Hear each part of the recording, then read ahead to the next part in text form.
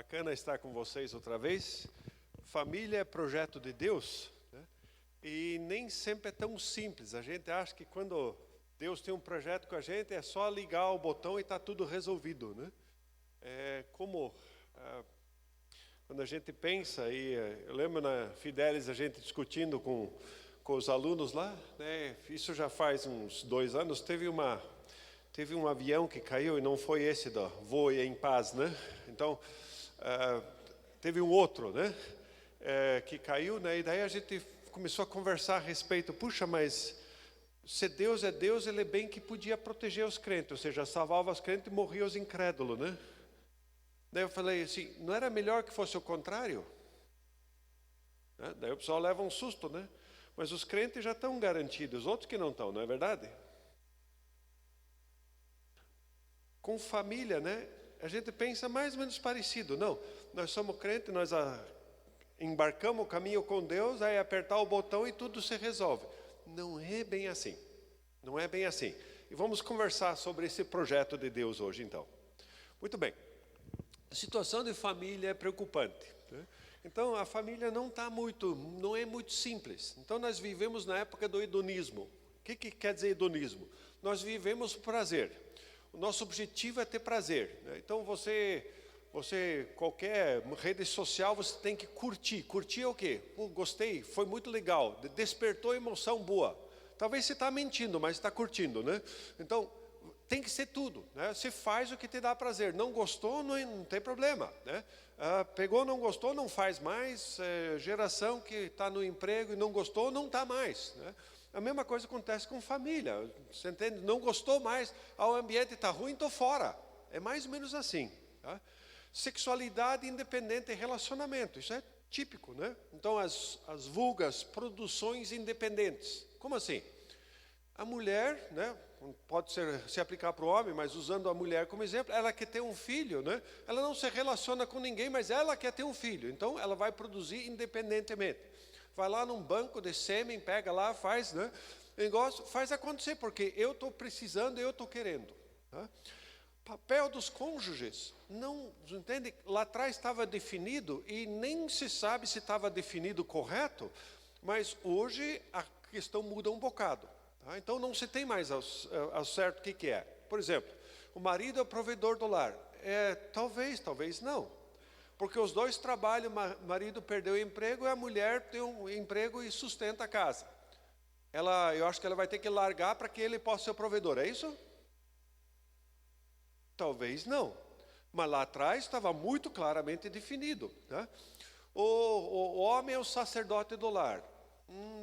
Será que não é todo mundo sacerdote a partir do Novo Testamento? Tá? São questões que começam a rodar e a gente precisa conversar. Casais que vivem juntos sob o mesmo teto, mas não têm relacionamento. Tá? Então, dentro da igreja é mais ou menos padrão assim, né? Se o pessoal vem para a igreja junto no mesmo carro, se eles aí namoram na mesma casa, está tudo bem. Se alguém deles sai de casa, se um dos cônjuges sai de casa, aí soltou, o capeta está solto, né? Mas talvez eles já não vivem, né, já não têm relacionamento faz 10 anos, estão na mesma casa, mas não se relacionam faz 10 anos, daí tudo bem. É isso mesmo? Não sei, tá? Filhos crescem sem referencial, muitas vezes. Como assim?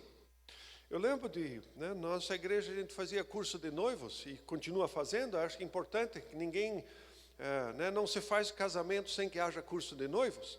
E teve uma pessoa, né, isso já faz diversos anos, também estava casando, ela falou assim para mim, Arthur, estou casando, mas não tenho referencial nenhum para casamento.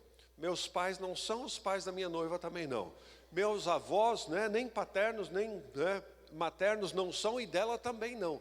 Estou entrando num casamento. Como é que a gente cresce? Como é que a gente faz? Tá? Qual é o referencial? Não sabe. Ou então, toda a noção de divórcio, separação, que virou a nível epidemia. Pegue um colégio qualquer, né? Inclusive o Erasto, né, que é um colégio evangélico, já de longa tradição, faça um levantamento de quais são, né, as famílias que têm pai, mãe e filhos dos mesmos pais.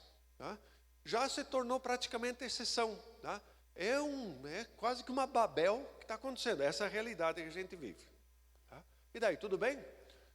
A voz da sabedoria diz o seguinte: antigamente era melhor. Antigamente era tudo diferente, né? Quase não havia divórcio, quando havia a gente escondia, né?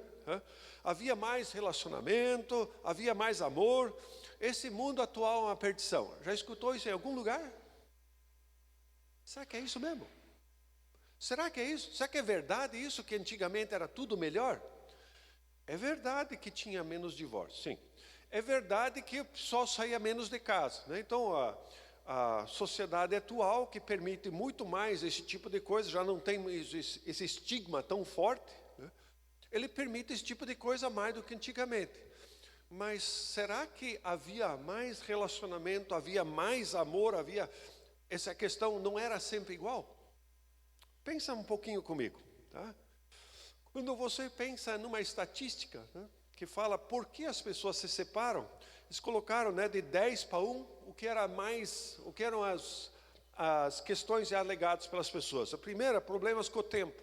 Bom, tempo só é problema para quem tem tempo, né? Quem daqui tem tempo? Só o desempregado tem tempo, os outros não têm tempo, né? Ou tem?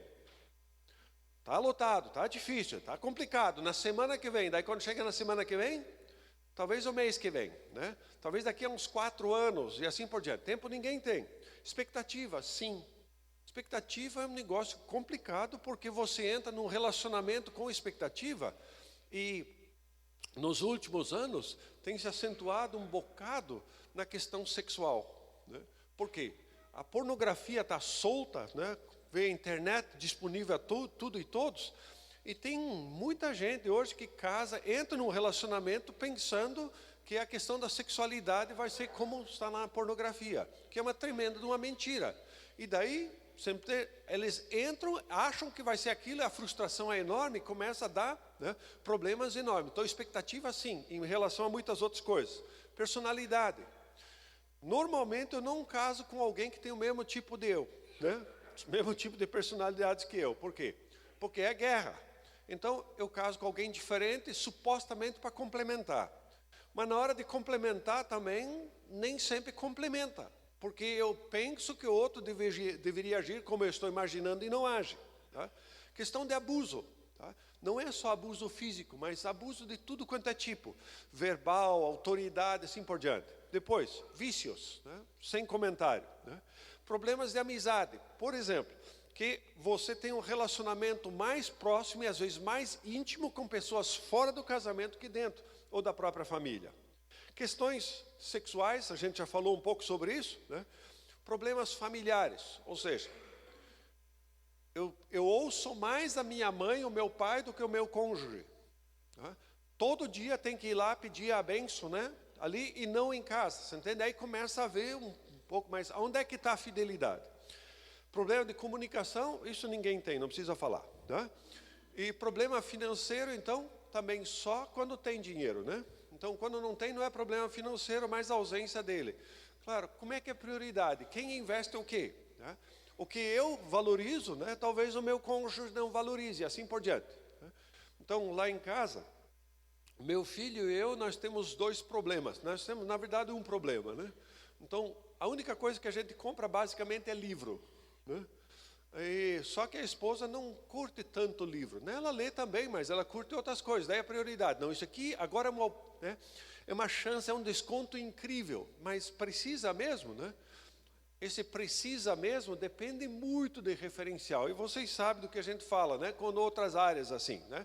Seja lá se é comida, se é restaurante, se é roupa, se é apetrechos para casa, se é coisa de decoração, assim por diante, né? Então, diferenças, personalidade, história, tudo isso dificulta. Então, as pessoas se separam às vezes por questões banais e às vezes não são tão banais. Tá? Pensando, então, ontem e hoje é igual? Veja, se você pegar os nossos maiores inimigos dentro da Bíblia, é o mundo, o capeta e a natureza humana. Não mudaram, tá? São sempre iguais, tá? São nossos maiores inimigos e desde lá atrás, desde hoje, desde amanhã vão ser iguais também. Tá? Sim, eles atuam de formas diferentes, formas culturalmente mais aceitáveis e que nos, né, ajudam a conectar melhor Sim, a forma é diferente, mas não muda muito. Tá? Então, todo relacionamento é difícil. Não é que hoje é mais difícil, todo relacionamento é difícil. Então, o autor diz assim: casamentos bons doem às vezes, casamentos ruins doem sempre. Aí você diz: mas eu tinha expectativa, né, de que tudo ia ser lua de mel. Tá? Talvez lua sim, o mel vai desgastando, né? Então, não vai ser. Todo relacionamento é difícil. Então, hoje você tem muito mais informação. Então, desde entender o estilo de personalidade, desde entender reações, desde entender como funcionam as pessoas de forma diferente. Então, isso nos garante hoje as melhores e os piores famílias, os melhores e piores casamentos. Isso é normal hoje. Então, você vai escutar pessoas falando, né, de casamento como se fosse literalmente o céu na terra, e outro diz é o inferno na terra. Tá? E com família é igual. Então, hoje nós temos quase que uma dicotomia muito forte. É difícil você dizer alguém que diz, minha família é mais ou menos. Né? Parece que fala, ou é muito bom ou é muito ruim. E esse é o quadro que a gente vive. Tá? Mas o que diz a Bíblia sobre esse assunto? Bom, vocês já andaram conversando 3 semanas, então talvez vou chover no molhado, mas vou colocar algumas coisas. Né? A história de família é sempre algo complicado, não é simples. Tá? É difícil. Por quê? Tá? Você tem 2 pessoas que nascem, né, com um ego aqui e um ego ali.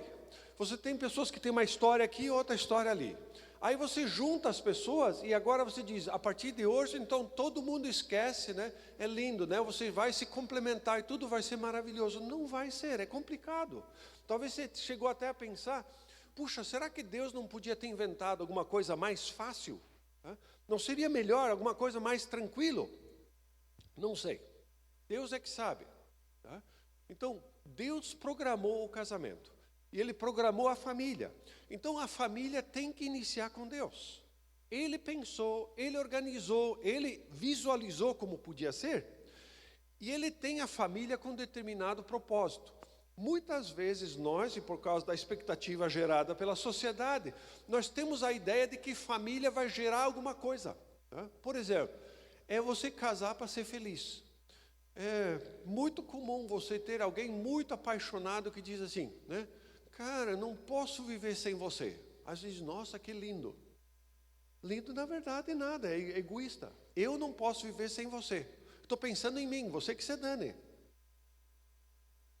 Se você, né, ficava, né, derretido ou derretida por isso, talvez vá pensar. Tá? Eu não posso viver sem você e tremendamente egoísta. Tá? Então, Deus programou e não é simplesmente para felicidade.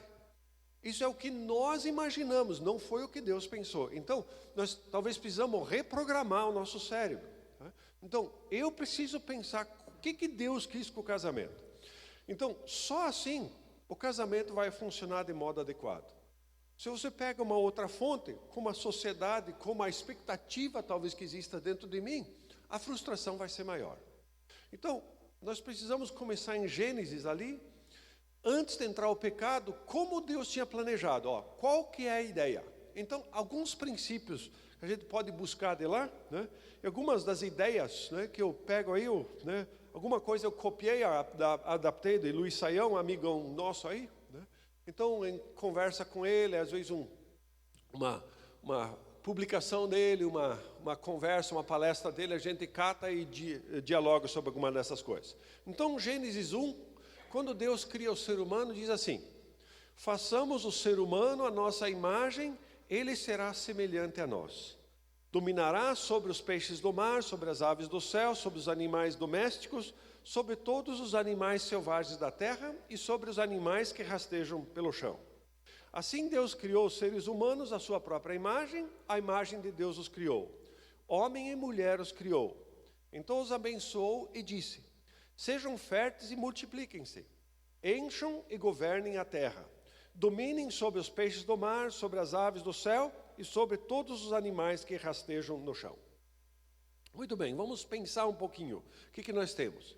Primeiro, criado à imagem e semelhança de Deus. Imagem e semelhança, basicamente, são 2 palavras que dão a mesma ideia.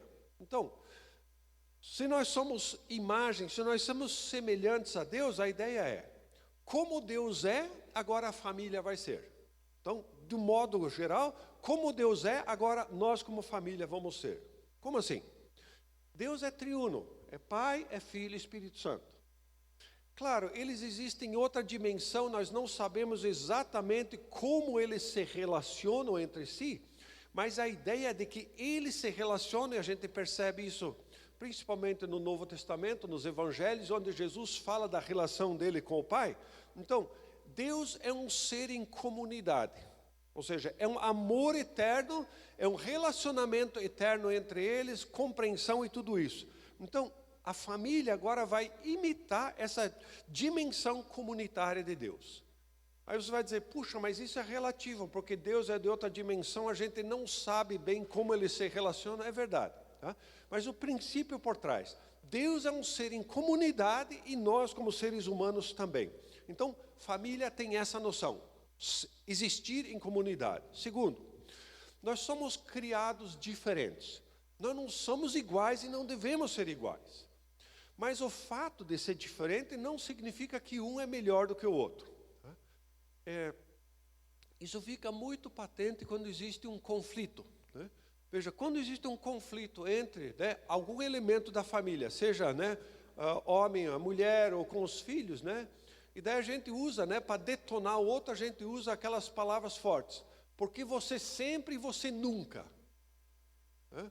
Esses sempre e nunca são terríveis.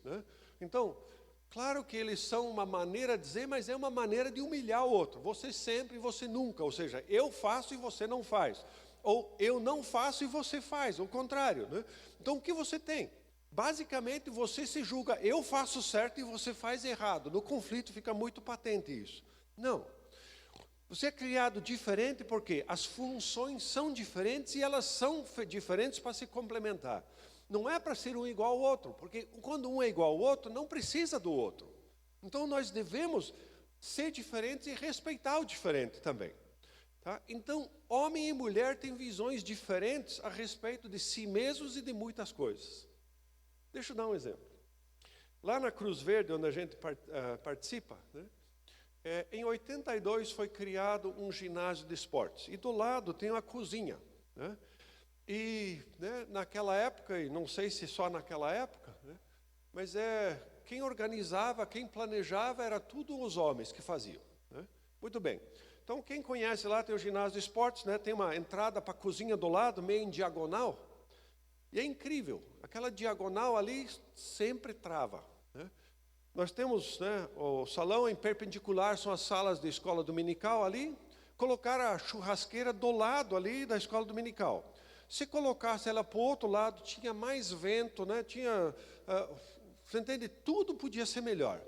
Mas nós fizemos um projeto errado. Sabe por quê? Porque só ouvimos homens que não trabalham na cozinha. Não é fantástico isso? Cara, que negócio louco. Por que não chama quem trabalha, quem mexe, hoje já tem muito homem que trabalha na cozinha também, mas põe lá, na década de 80 era muito menos. Por que não chama essas pessoas para participar? Às vezes a mesma coisa acontece com cor de carpeu, cortina, você entende? Cara, é complicado.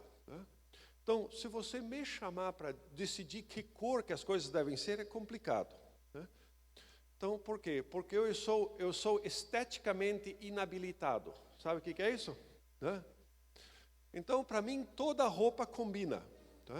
Então, para mim, eu pego, a pilha que está aqui, a pilha que está em cima, combina. Amém, irmãos?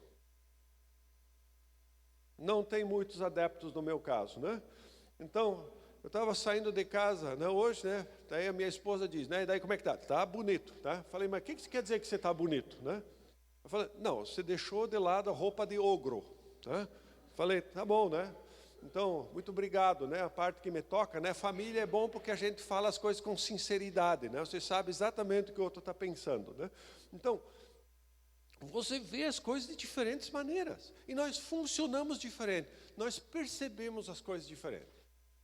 Quer ver?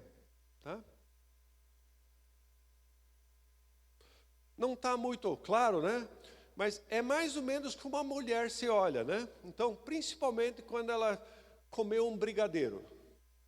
Tá? Quando ela comeu um brigadeiro, grudou tudo e grudou no lugar errado, né? De raiva, come a caixa inteira de brigadeiro depois. Amém, irmãos? Irmãs, né? Não irmãos, né? É mais ou menos isso. Como é que o homem se enxerga? Mais ou menos assim, ó. Tá? Ou seja, está caindo tudo para fora ali, mas, né, o espelho ali, espelho, espelho meu, né? Tem alguém mais, né, bonitão do que eu? É mais ou menos assim. Tá? Então, esse é o quadro que você tem normalmente. Tá? Então, você se enxerga de um jeito, tá? E são formas diferentes de você se enxergar. É diferente. Tá? Não é que é melhor ou que é pior. Né? É simplesmente diferente. Então, nós somos diferentes e a tendência, no entanto, é enxergar o outro como eu sou. Tá? Ou seja, se eu gostaria de ser tratado desse jeito, eu trato o outro do mesmo jeito. Só que eu sou diferente. Eu preciso saber que a outra pessoa reage de forma diferente. Então, volta e meia, eu critico o outro de forma ignorante. Por quê? Eu critico o outro porque ele não faz, né, outro integrante da família, porque ele não faz as coisas como eu faço.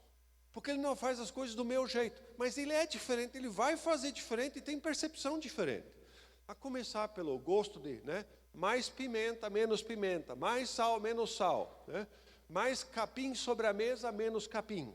Tá? Não é assim? A gente tem percepção diferente. Muitas vezes nessa dimensão, você tende a sufocar o outro. Você sufoca o outro porque ele não faz como você e você usa o teu poder para forçar o cara a fazer, né, ou a cara a fazer como você pensa. Você sufoca, a pessoa fica sem liberdade. Tá? E aí cria uma coisa muito bacana entre a gente na família. Tá? Quando você sufoca o outro, você é sufocado de formas diferentes. Então, no encontro de homens que a gente esteve aqui faz alguns meses, né, a gente, né, usou aquele exemplo que ele é comum, ele acontece em todo o relacionamento. Né? O carinha que vai no restaurante sempre trata muito mal o garçom, muito mal, e o garçom sempre tratando bem ele. Né? E um dia ele se arrepende, chama o garçom e diz: não vou mais tratar mal você, a partir de hoje eu vou tratar bem você. O garçom diz: tá bom, então a partir de hoje também não vou mais cuspir na sua sopa. Né? Então, você talvez não possa bater no seu cliente, mas você tem o seu jeito. Né? Então, acrescenta uma proteína extra na sopa do cara e está tudo bem. Né? Claro que você dá risada depois e ele não está sabendo. Tá? Então, você às vezes exige do outro, da família, que ele seja que ele não é, para se adaptar à sua concepção de como ele deve ser. Tá? Então, não. Nós somos diferentes, nós somos criados diferentes e devemos continuar diferentes, porque essa é a maneira que Deus planejou. Terceiro lugar, nós somos frágeis. Nós não gostamos de ouvir isso, mas essa é a realidade. Ou seja, o Criador é uma coisa, o ser criado é outro. O ser criado tem limitação, e limitações às vezes são maiores, tá, do que a gente imagina. Então, nós somos seres limitados. Com a queda no pecado, complicou ainda mais, a nossa percepção piorou, e piorou um bocado, porque eu vejo as coisas sob a minha lente, e não da lente do outro da família, ou, né, de qualquer outra pessoa da sociedade. E aí a tendência é, eu estou certo e quem não é como eu está errado. Nesse sentido, me isolo, e daí nós criamos uma imagem errada de nós mesmos e do outro. Por exemplo, se ele não concorda comigo, é meu inimigo. Não, não é. Ele percebe de forma diferente. Mas essa é a tendência que nós temos. Nessa jogada, por exemplo, não consigo perdoar a mim mesmo nem o outro. Não consigo, né, entender o outro, nem entender a mim mesmo daqui a pouco. Tá? Então eu critico mais do que ajudo. Ou seja, quando isso tudo acontece, eu percebo nada. Não percebo nada, não enxergo nada. Eu percebo a fragilidade do outro que não concorda comigo e não percebo a minha fragilidade. Então, é um problema que todos nós passamos. Então, quem somos? Você quer entender o que Deus quer para você, para mim, como nós, como família? Quem eu sou? Tá? Então, aqui eu, né, construí um pouquinho em cima do saião, que usa 4 palavras hebraicas para definir o que é o ser humano. Então, primeiro a palavra Adam, né, de Adão, né, criado à imagem de Deus, mas a ideia, ele é ligado à terra. Ou seja, ele é alguém terreno, ligado a essa dimensão criada. A segunda ideia, Enosh, né, ou significa frágil, pecador. Ele é um ser mortal. Depois que entra a queda, né, depois que é da queda, nós somos mortais, e sempre isso em contraste, em comparação com Deus que é eterno. Então, eu sou um ser frágil, eu sou pecador, eu sou limitado por causa da queda. A palavra Ish, né, e mulher, então Isha, homem é diferente de mulher. Nós somos diferentes, criados dessa forma. E Gever, né, ser humano visto na sua força e poder, ou seja, tenha ele domínio sobre os peixes, né, as aves e assim por diante. Então, quando você olha essas 4 definições de ser humanos ou palavras que os definem, você vê que não dá para encaixar tudo num conceito só. O conceito é bem mais amplo e todos eles têm relevância para a nossa questão, nossa vida como família. Então, tentando resumir o que a gente conversa aqui. Eu sou um ser criado. Eu não sou igual a Deus. Eu sou a semelhança de Deus, mas o pecado entrou e bagunçou. Ele afetou a minha semelhança com Deus um bocado. Então você percebe dentro de você, eu dentro de mim. Tá? Existe essa parte que nos liga com Deus, a semelhança com Deus. Existe a rebelião contra Deus, onde eu literalmente não quero de Deus que Deus interfira na minha vida. Tá? Então nós temos essa briga. Tá? Eu sou um ser criado e com a queda ainda complicou mais. Eu sou frágil. Significa, em outras palavras, que o orgulho e a arrogância é uma tremenda tolice. Porque orgulho e arrogância significa eu me coloco na posição de Deus e você é o pobre coitado, né, em relação ao outro. Não, não sou. Eu sou frágil. Né? Orgulho e arrogância não pertencem. Por quê? Eu sou um ser bem frágil, sou limitado. Imagem de Deus. Se você conversar com os teólogos, eles têm uma renca de palavras, entre elas, né? Isso significa dignidade, inteligência, ética, criatividade, espiritualidade, muita coisa que, né, eu imito, sou parecido com Deus. Eu sou diferente do meu semelhante. Eu sou diferente do outro elemento da família, para complementar. A ideia comunitária é homem e mulher, tá? É valor de família, valor de comunidade. Nós somos seres humanos em comunidade. E ainda, a ideia de ter domínio. Ou seja, Deus criou, né, e colocou o ser humano para governar ou ter domínio sobre a criação. Então, o ser humano é administrador da criação para Deus. Ele não é Deus, mas ele é superior à criação. Então, ele presta contas, ele administra para Deus e não para si mesmo. Então, isso é privilégio e responsabilidade ao mesmo tempo. Isso é nós. Tá?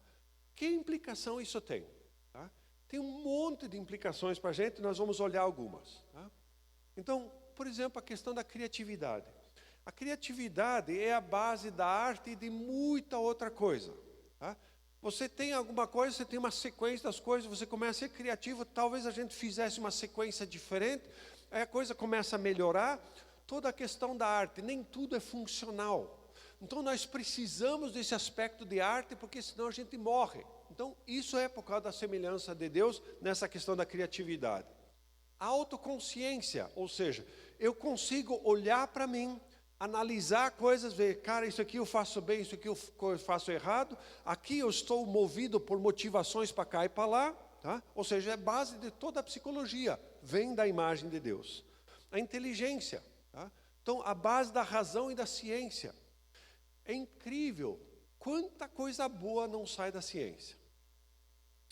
Faz uns 5, 6 anos, eu conversava com um aluno lá na Fidelis, e ele começou a me contar a situação dele. Ele falou assim, ó, eu tenho uma filha em casa e os médicos já falaram que antes dos 2 anos de idade, ela vai ter que fazer uma cirurgia de peito aberto para consertar lá uma questão no coração.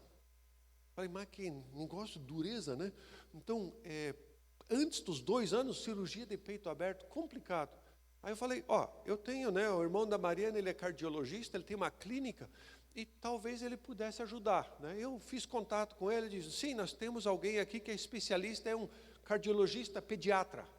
E nós fizemos contato lá, né? Intermediamos a questão, fizeram consulta. E o cara falou o seguinte, ó, sim, de fato, é o caso da sua filha, é um fato, é uma questão de cirurgia, mas a gente tem uma outra técnica hoje que a gente faz via catéter. A gente tenta abrir essa parte no coração via catéter, se não funcionar, a gente tem que usar, daí fazer a cirurgia.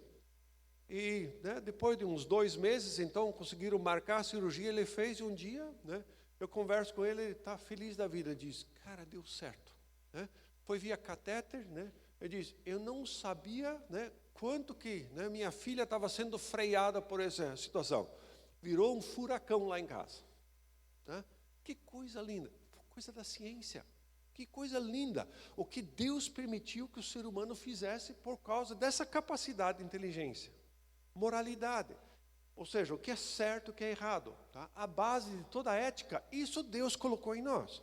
A questão da sociedade, ou seja, relacionamento social. Uma cidade só existe por causa do relacionamento social. Dessa questão familiar e social que existe em comunidade.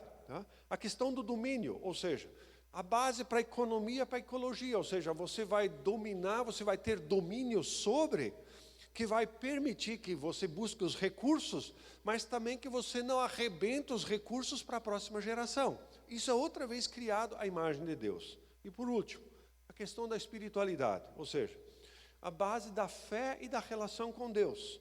Ou seja, nós somos seres criados, nós só funcionamos debaixo de Deus. Ele planejou, Ele sabe como a gente funciona. Então, nós somos criados por Ele, tendo essa relação, essa capacidade de se relacionar com Ele. Isso nos transforma em um ser fantástico.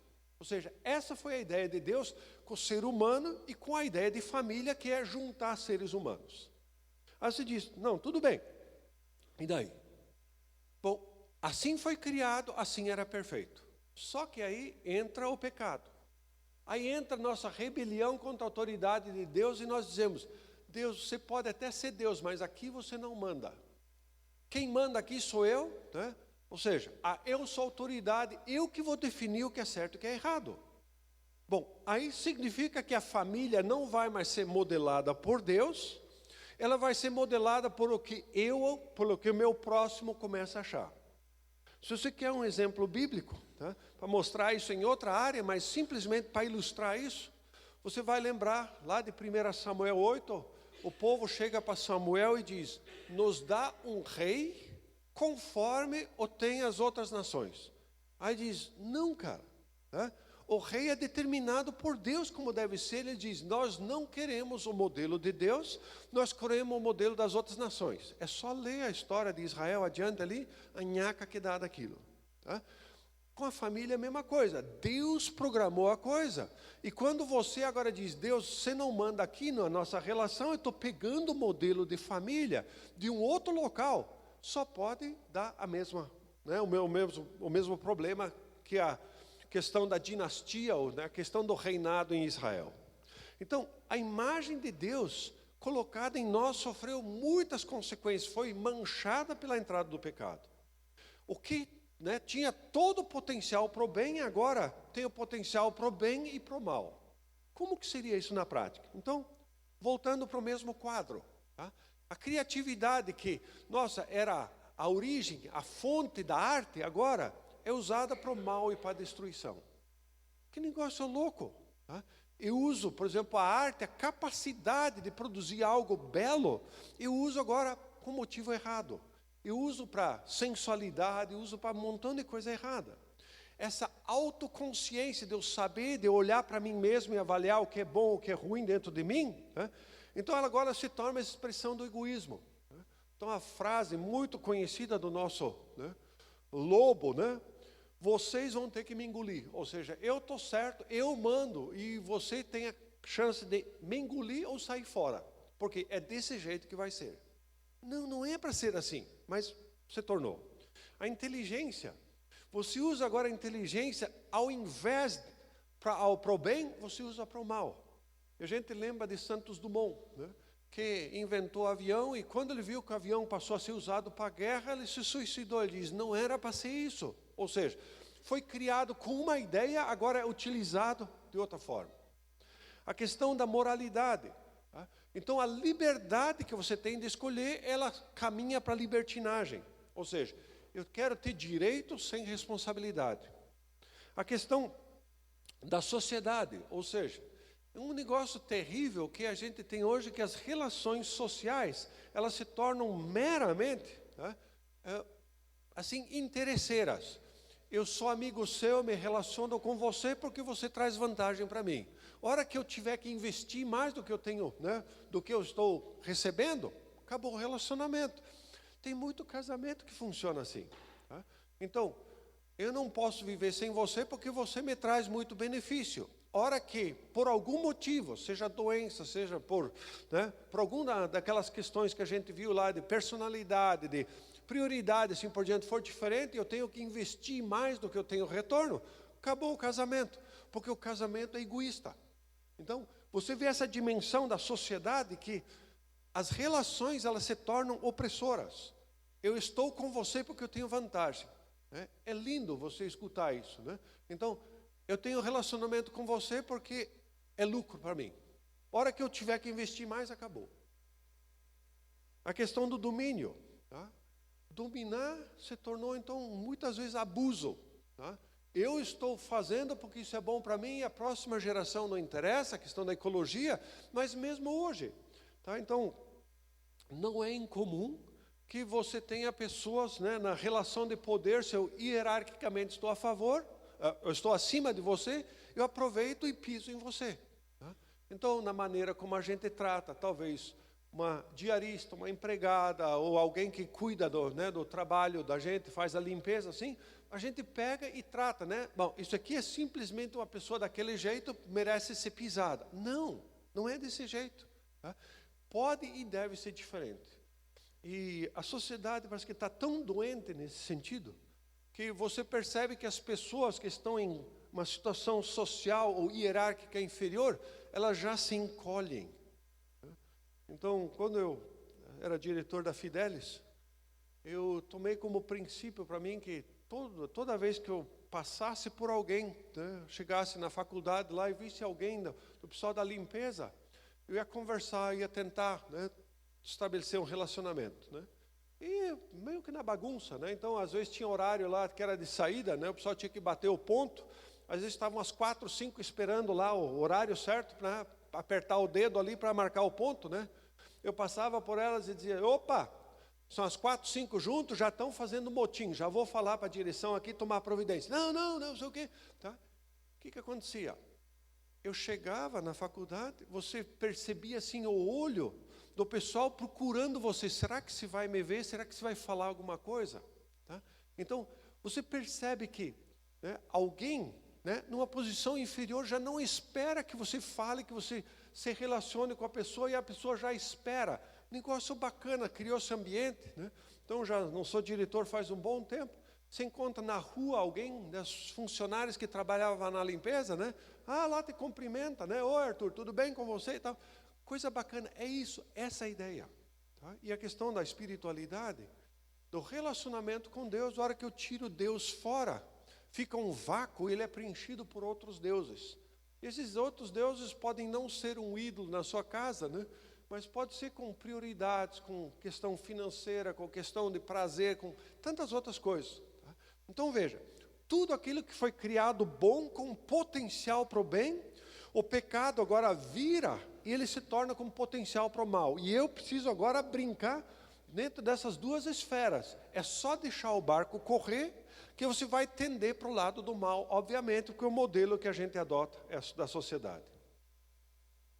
Então você olha para si mesmo e olha para mim, né, para a minha situação familiar, por exemplo, ou conjugal, eu fico pensando assim, né, cara, tem as coisas que não estão muito legal, então vou tentar dar uma ajeitada nisso aí.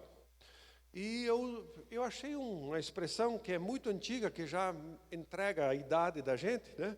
Aquela tentativa de fazer uma meia sola. Né? O pessoal mais novo não sabe o que é meia sola. Né? Não olhe para o seu tênis que não tem nada a ver. Né? Então, o que era a meia sola? Você tinha um carro ruim, né? Já dava problema para caramba, você procurava um mecânico da sua confiança, mas obviamente desonesto, e você pedia para ele fazer o quê? Dá uma ajeitada aí, né? O mais básico do básico, e daí? Porque eu vou passar esse carro para frente. É mais ou menos isso que é essas questões de autoajuda. Eu não quero saber o plano de Deus para a família, mas, né, um pouquinho aqui, um pouquinho ali, né? Então faz, né, vai um dia no restaurante, né, para agradar o seu cônjuge, ou pega, né, e diz, vamos sair um dia, não sei o quê, vai resolver o problema. Não vai, tá? Isso é a história da meia sola. Ou seja, aquele chuncho que você vai fazer para simplesmente passar para frente, mas o teu casamento você não quer passar para frente. Tua família não quer passar para frente.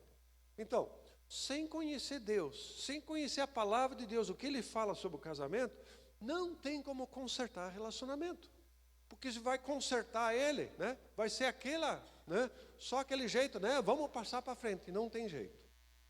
Então, a solução rápida não resolve, não vai resolver nem para você e nem para mim. Então, eu preciso entender quem é Deus. O que é Deus? Como a Bíblia descreve Deus? Você e eu, todos temos imagens de quem Deus é. Mas essa imagem de Deus que nós temos, ela precisa ser constantemente reformulada com base nas Escrituras. Por quê? Porque eu tenho, outra vez, influências mil dizendo quem é Deus. Tá? Eu preciso ir para as Escrituras. Quem sou? Tá? Quem sou eu? Tá? Eu sou criado à imagem e semelhança de Deus, a queda afetou, então a tendência para cá é a tendência para lá. Eu preciso entender quem eu sou. E eu preciso entender o projeto que Deus tem para o ser humano que envolve família. Então, quer consertar, quer lidar com a situação de uma relação que em todos os casos é complicada, tem que ir para Deus e ver o que Ele quer. Então, algumas ideias simplesmente para isso. Nós precisamos pensar em construir algo junto. Família não é uma ideia de uma casa que reúne indivíduos diferentes. Não, construir algo junto. Lá no texto que a gente leu diz, sejam férteis, multipliquem-se, encham a terra. Isso é a ideia de plural, construir algo junto. Aqui, especificamente, é continuidade da raça humana. Mas é muito mais amplo, é construir algo junto. Você desenvolve o potencial em conjunto. Então, o que nós como família, como que nós podemos crescer como seres humanos individuais dentro por causa da presença do outro e na sociedade também. A hora que você fica limitado à sua própria realidade, experiência, é muito pobre, é horrível. Tá? Então, pegue só o caso, né? Você que talvez não seja um grande músico, né? Você agora começa a dar muito palpite de como, né? Aqui o Pedro, como o Dirceu devem tocar os seus instrumentos. Não, cara, eu acho que se você tocasse com a outra mão, acho que ficaria melhor. Né? Talvez não vai dar certo. Tá? Então, nós precisamos uns dos outros, não podemos nos limitar à nossa ignorância. Né? Então, quando eu saio de casa para alguma coisa normal, assim, tranquilo, né? Eu pego a primeira roupa aqui, a primeira ali, tudo combina, né? Quando venho aqui pregar, preciso pedir um pouco de ajuda, né? Porque senão, né, talvez a minha roupa mais chame a atenção do que o que eu vou falar, né? Então, vai lá, Mariane, me ajuda, né? Isso aqui com aquilo. Não, isso aqui não combina. Nossa, ela diz, isso aqui é horrível, né? Eu falei, mas como assim, né? Eu preciso reconhecer a minha limitação, que não dá, tá? Então, nós precisamos um do outro. Então, Deus nos cria com capacidade diferente e a gente pode e deve desenvolver junto. Sim, tem uma área que você funciona melhor do que o outro, é assim mesmo. E aqui eu preciso reconhecer minha limitação e tranquilo. Então, na cozinha não sei fazer nada. Lavar a louça até que eu vou mais ou menos, mas fazer comida, né? Se eu fizer uma comida e convidar você, né, você vai parar no hospital depois, possivelmente, né? Porque não dá. Só um exemplo. Lá atrás, minha mãe uma vez viajou e nós éramos em 3 irmãos e nós inventamos de fazer comida um pouco entre nós, né? E ninguém era muito versado na comida, né? E nós tínhamos um pátio, né? Quase que uma chácara atrás, nós tínhamos lá a plantação de diversas coisas, entre elas mandioca, vamos fazer uma mandioca, tranquilo, tá? Fizemos. É um problema aquela mandioca, porque ela estava dura e queimada, né? Cara, as duas coisas, né? A gente foi dar para o cachorro ele recusou. Tá? Então, né, a hora que se for lá em casa, né, liga para a Mariane primeiro se ela vai estar junto no processo, ajuda. Tá? Segundo, Qual é o projeto de Deus? Nós vamos executar o projeto divino, não o nosso. Tem um domínio sobre, ou seja, nós seres humanos somos corregentes, ou seja, o regente principal é Deus, abaixo de Deus estamos nós. Então, a função nossa é levar o mundo a funcionar em sintonia com a vontade de Deus. É claro que isso começa no núcleo familiar e depois vai adiante. Sim. Com a queda, outra vez, nós desvirtuamos esse propósito de Deus. Nós queremos fazer do nosso jeito, do modelo da sociedade. Então, Deus quer restaurar o seu projeto para a família, na minha família e na sua. Então, quando nós olhamos no Novo Testamento, isso é descrito como o reino de Deus, ou então o reinado de Deus, ali onde Deus reina. Deus quer agir nas pessoas, nas estruturas, em tudo, para restaurar o plano dele, onde ele governa sobre o mundo. Então, o reinado de Deus começa e passa pelo meu lar. Então, pessoas que vêm de lares arrebentados, elas ficam com um buraco na sua vida. Então, questão de família não é só algo que eu quero, eu preciso, não, eu preciso pensar no outro, eu preciso pensar no próximo, porque se ele cresce, se nossos filhos crescem num lar relativamente equilibrado, tá, eles têm muito mais condição de prosperarem, seja lá em que área de sua vida. O efeito vai se multiplicar na sociedade. Começa na minha casa, começa na sua. Ou seja, Deus criou a família com um propósito e nós queremos participar desse propósito de Deus. Ou seja, que Deus possa reinar em todas as esferas e estruturas da sociedade. Não posso adotar o propósito da sociedade que diz basicamente, você casa para ser feliz. Não vai rolar. Não é por aí que funciona. Eu preciso adotar o propósito de Deus. Pessoas quebradas, normalmente, lar quebrado. Lar destruído, a pessoa é destruída. Ela não tem a bagagem emocional suficiente para tocar o barco. Aí você vai dizer, puxa, mas qual esperança eu tenho? Eu venho de um lar complicado, né? Como é que eu faço? Existe como tratar, existe como nós, né, mesmo nossa falha, nossa limitação, nós buscarmos a Deus, buscarmos o projeto dele e crescer dentro dessa área. Ninguém é perfeito, mas há como crescer nessa dimensão. Aí você diz, não, mas eu sou religioso, eu sou severo lá em casa na disciplina dos filhos. Não é solução. O que é solução é vida coerente, não é descer a borracha no outro. Tá? A questão é crescer, ser coerente. O que eu creio, o que eu faço, ser alguma coisa parecida ou ser parecido. Tentando fechar, eu apelei para uma palavra alemã, né, para nos orientar. A palavra para casamento é Ehe, tá? Então, E-H-E. Tá? E ele pode funcionar como um acróstico muito bacana, que existe um ego, né, em cima, um H no meio e mais um ego embaixo. Tá? Então, casamento, ele funciona assim, existe um ego que se junta com outro ego. A questão é que essa palavra H, em alemão, ela tem dois significados muito interessantes. Ela pode significar Hölle ou Himmel, tá? Ou seja, inferno ou céu. Ou seja, entre dois egos tem inferno ou céu. No fundo é isso mesmo, e você sabe e eu sei da minha realidade também. Tá?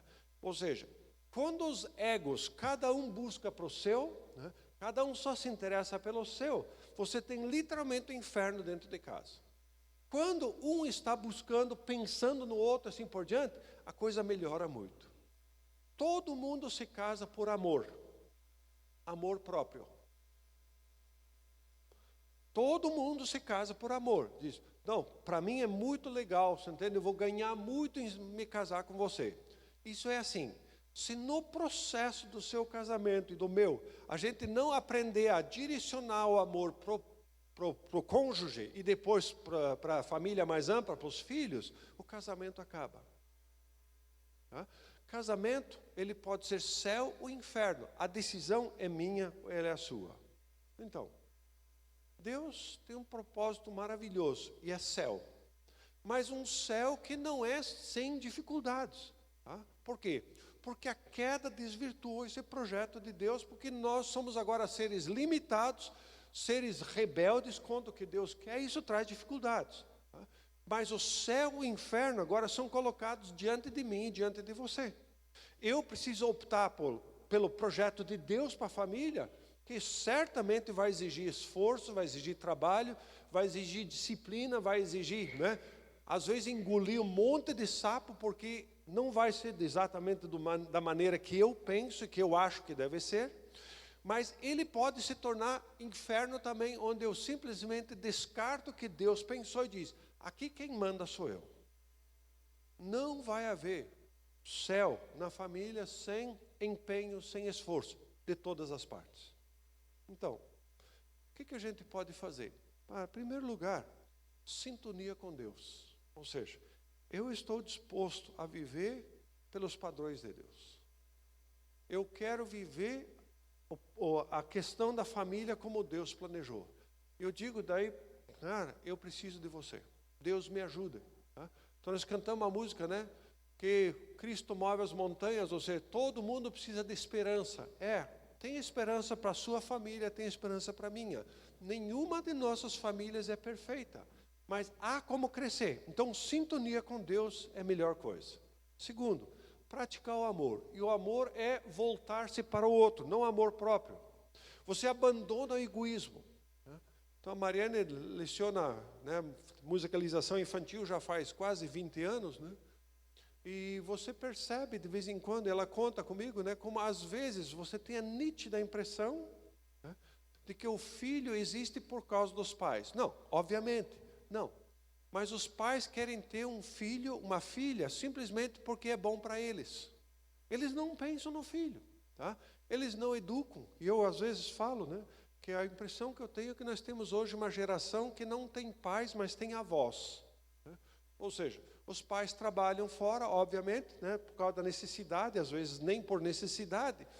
Quando retornam para casa, cansados do trabalho, eles querem curtir os filhos e não corrigir, e não ajudar, e não educar, e não essas coisas todas necessárias. Eles se comportam muitas vezes como avós dos filhos e não como pais. Isso cria uma dificuldade enorme, porque esses filhos, eles se tornam incapazes de uma vida conjugal, de uma vida familiar para frente, porque eles só vivem para si, e são incapazes de vida de igreja também. Porque a igreja, outra vez, eu largo mão do que eu quero em favor do que Deus quer para nós como um corpo. Então, é uma questão super importante. Praticar o amor significa abrir mão de mim mesmo em favor do outro. E o outro faz o mesmo, e aí equilibra a coisa. Não existe amor só de um e o outro só se aproveita no casamento. Quando isso acontece, a relação acaba. Ou seja, eu me volto para o meu cônjuge e ele se volta para mim. Aí nós aprendemos como trabalhar essa questão de céu. Se um só se aproveita do outro, você tem inferno e daqui a pouco a relação acaba.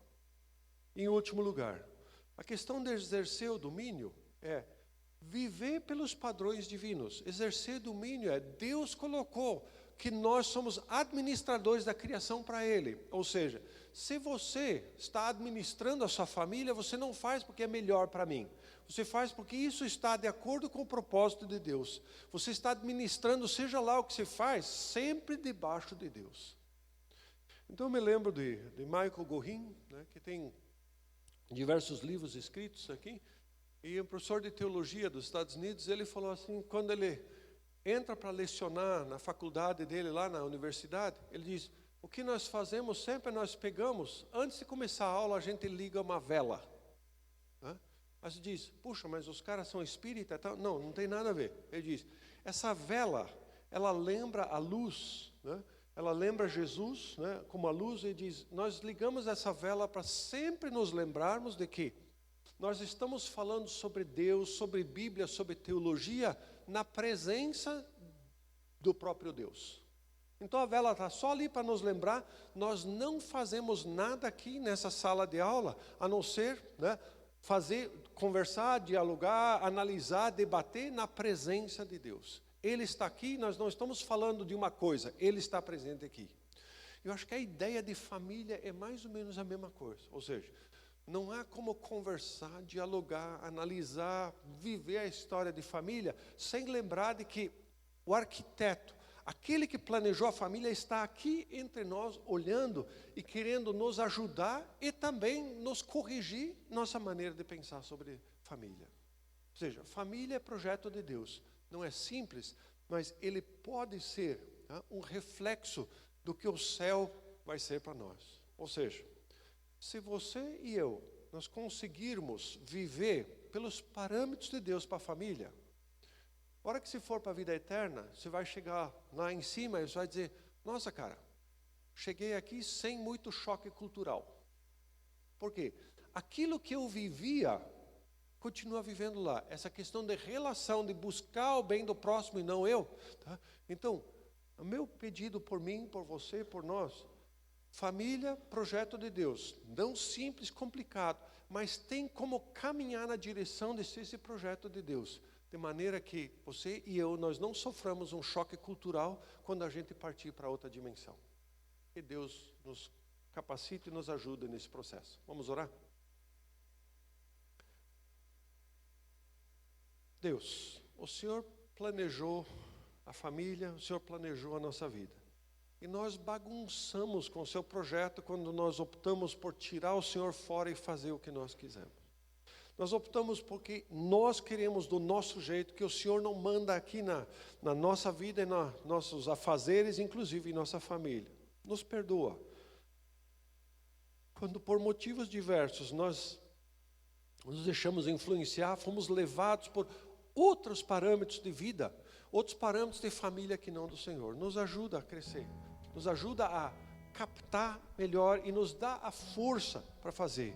Dá com que nós, como comunidade, possamos ajudar uns aos outros a viver essa realidade, de modo que se torne céu ou parecido com o céu o que nós vivemos como família. Nos ajude, precisamos muito do Senhor. Precisamos da esperança que isso é possível e que o Senhor vai estar conosco nos ajudando no processo. Nos capacite a isso, Jesus.